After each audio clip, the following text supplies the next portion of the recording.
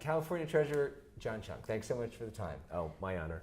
So talk to me about why are you running for governor? Well, I want to make the California dream, or the California future, synonymous with the American dream. My parents, like so many others, came to this country believing in the promise of what America provided. And they came here and made extraordinary sacrifices, but they knew what was transformative about America was the access to the best education in the world. And so they taught the kids that the sky is the limit if you work hard.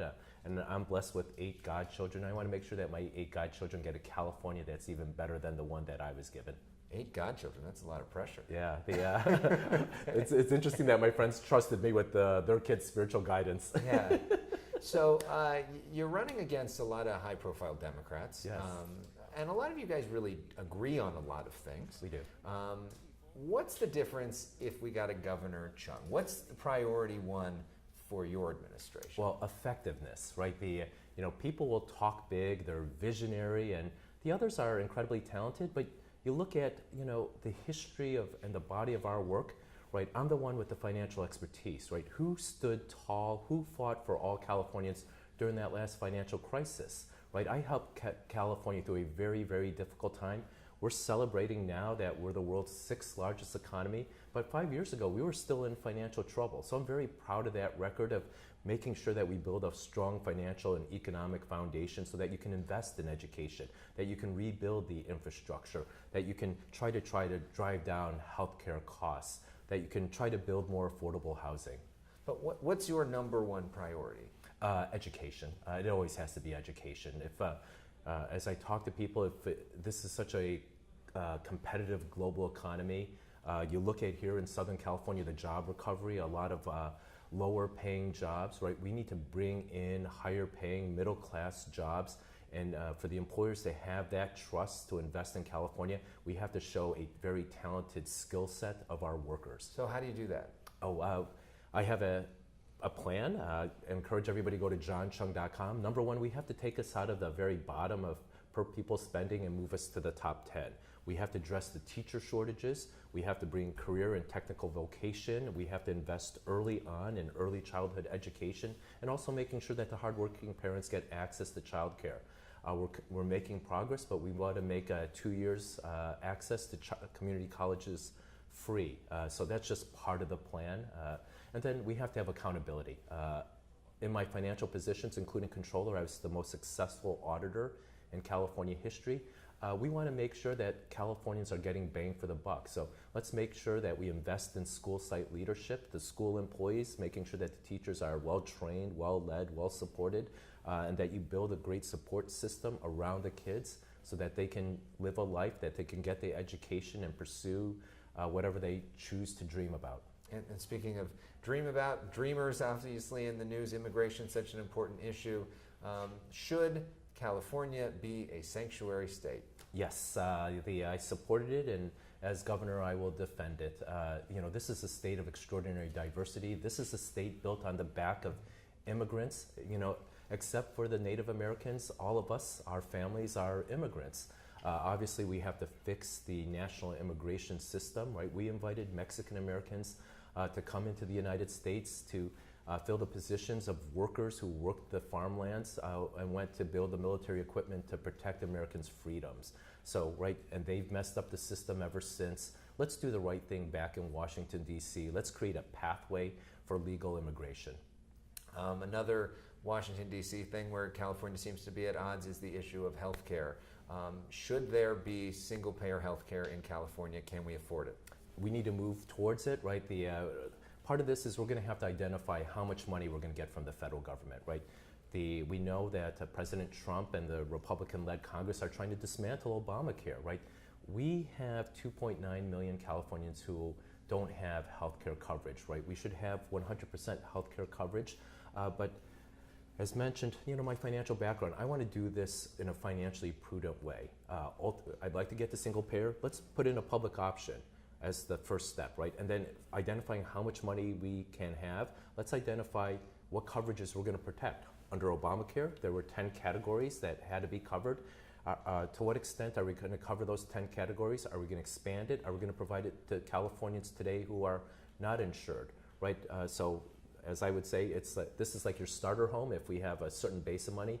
And then, we can't get that final home with, the pool, with, that built-out kitchen until we know that we have resources. So we ought to try to get there. Drive down prescription drug costs, drive down administrative costs, more government efficiencies, value-based medicine. So it sounds like you don't approve the plan that was presented to the state legislature. You want to change it. I think we need to make sure that we have a proper funding mechanism and we have clarity as to who's covered and all the services that would be covered. But the idea is a good one. Another big issue is housing and homelessness, and those two go together, the cost of living in this state. What do we do to bring it down, because a lot of people are suffering right now? Yeah, I think this is what separates me from the others who are running. I'm the only one today working on building more housing. When I ran for state treasurer and in my inaugural speech, I said one of my top priorities is to make sure that California moves forward in building more housing. So as state treasurer in my first year, I rewrote some of the rules that impacted building affordable housing. In my second year, we built 83% more new and rehabilitated housing prior to my terrific predecessor, right? So we're making dramatic progress. I led a coalition last year to try to put a $9 billion bond. The legislature came up with a $4 billion bond. As governor, I would push for the $9 billion bond. I would bring back redevelopment agencies. I would use some of the monies from the general fund for more tax credits. I would appoint a housing czar to bring public and private sector and federal, state, and local governments to work together so that we could build more housing. Obviously, you need to increase supply.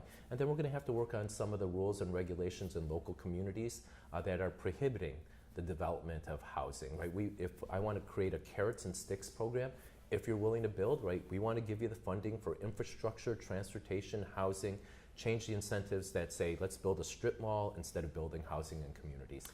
As governor of California, you're also sort of in a symbolic role. You're the head of a state that voted by 4 million votes for Hillary Clinton. There's so much anger in this state directed towards President Trump, and yet you also sort of have to work with him and work with Washington. How do you see that relationship going? What is the role of a Governor Chiang in a country where Donald Trump is the president? Yeah, well, California has long been a state that's exercised extraordinary leadership.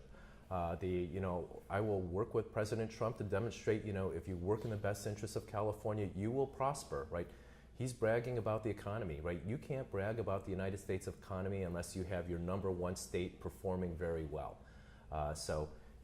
He's talking about infrastructure. Let's put together real ideas on how you build infrastructure, right? The ideas of last year were not good, right? The House tax plan wanted to eliminate, and this is a little technical, private activity bonds.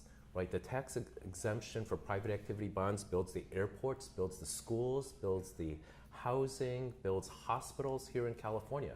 It's like, Mr. President, you're being led astray by some of the people who should be advising you otherwise if you really want to build an economic ladder for all Americans.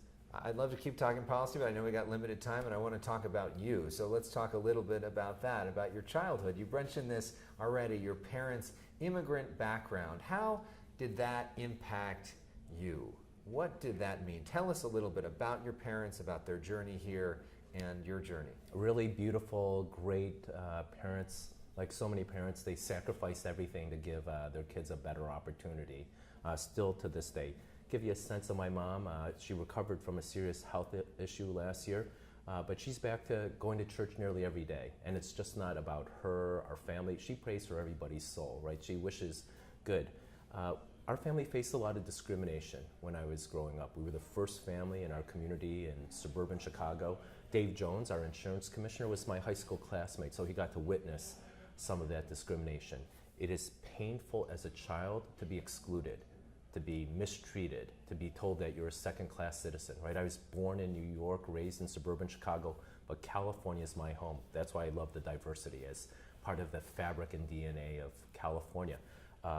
And so I bring that to here. It's like I want to make sure the experience that as a child where I had to fight to defend myself, we would have ugly racial epithets spray painted on our garage, go home gook, Jap, chink, rocks thrown at our windows, being taunted, listening to racial slurs.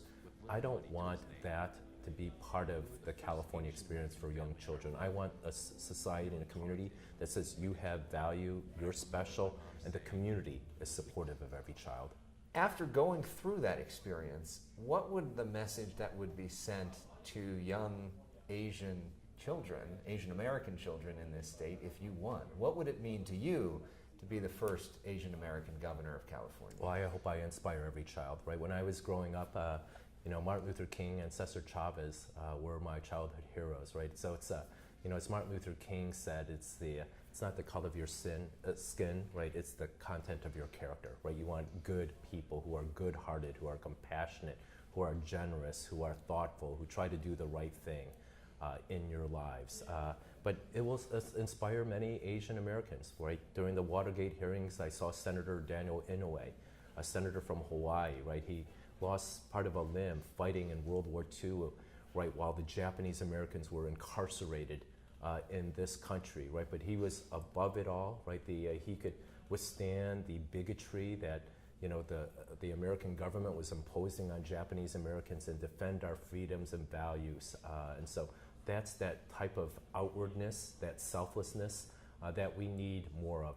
I hope President Trump will understand, those incredible stories of really powerful Americans, powerful because of their kindness, their ability to think beyond themselves. You worked for the IRS, you worked for the State Board of Equalization, you worked as our state controller and now our state treasurer. Was there a particular moment where you said, I want to serve, I want to go into government, especially after that childhood experience? Well, I had the incredible fortune of working on Capitol Hill while I was going through law school, right?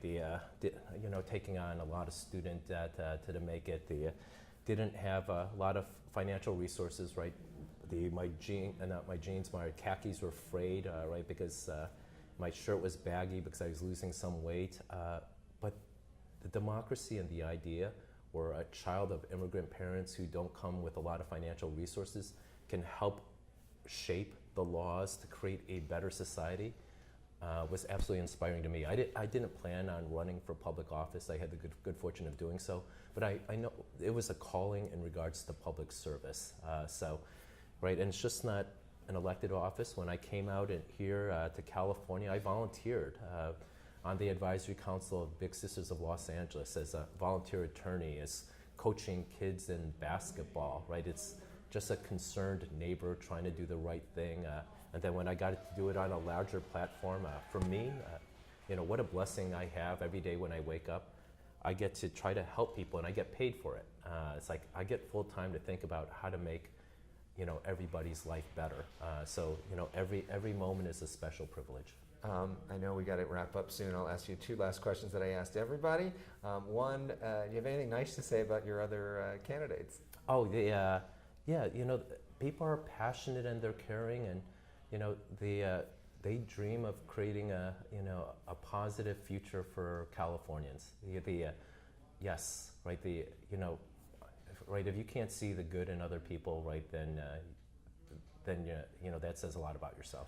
Some of those other candidates are pretty flashy in their presentation. Gavin Newsom, Antonio Villaraigosa, big personalities, and you're known as somebody I know running more as results-oriented. Mm-hmm. What do you think is the biggest misconception about you? What do you think people get wrong about you? Oh, my incredible charisma. No, I was raised by parents who talked about humility, courage, integrity, doing the right thing. So yes, I'm not as flashy, right? But doing the right thing, I think at the end of the day goes a long way by people, right? That old golden rule, treat people the way you want to be treated. And any other bottom line messages or anything else on how you're going to pull this off? Oh, I trust the people of California. I think they see good work. I think they see good people. Last election cycle, right? The polls were off by 10 points.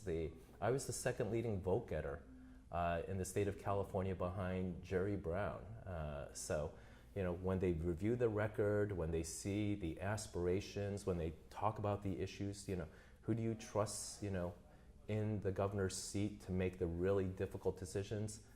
I've made those decisions, not as the governor, right? But how do you get us through a financial crisis, right? Do you pick the powers that be, that lobby the politicians, who's making outside money versus, who's just focused solely on spending 100% of the time and making people's lives. I trust the intelligence of the voters of California and them living their passion and sharing that passion.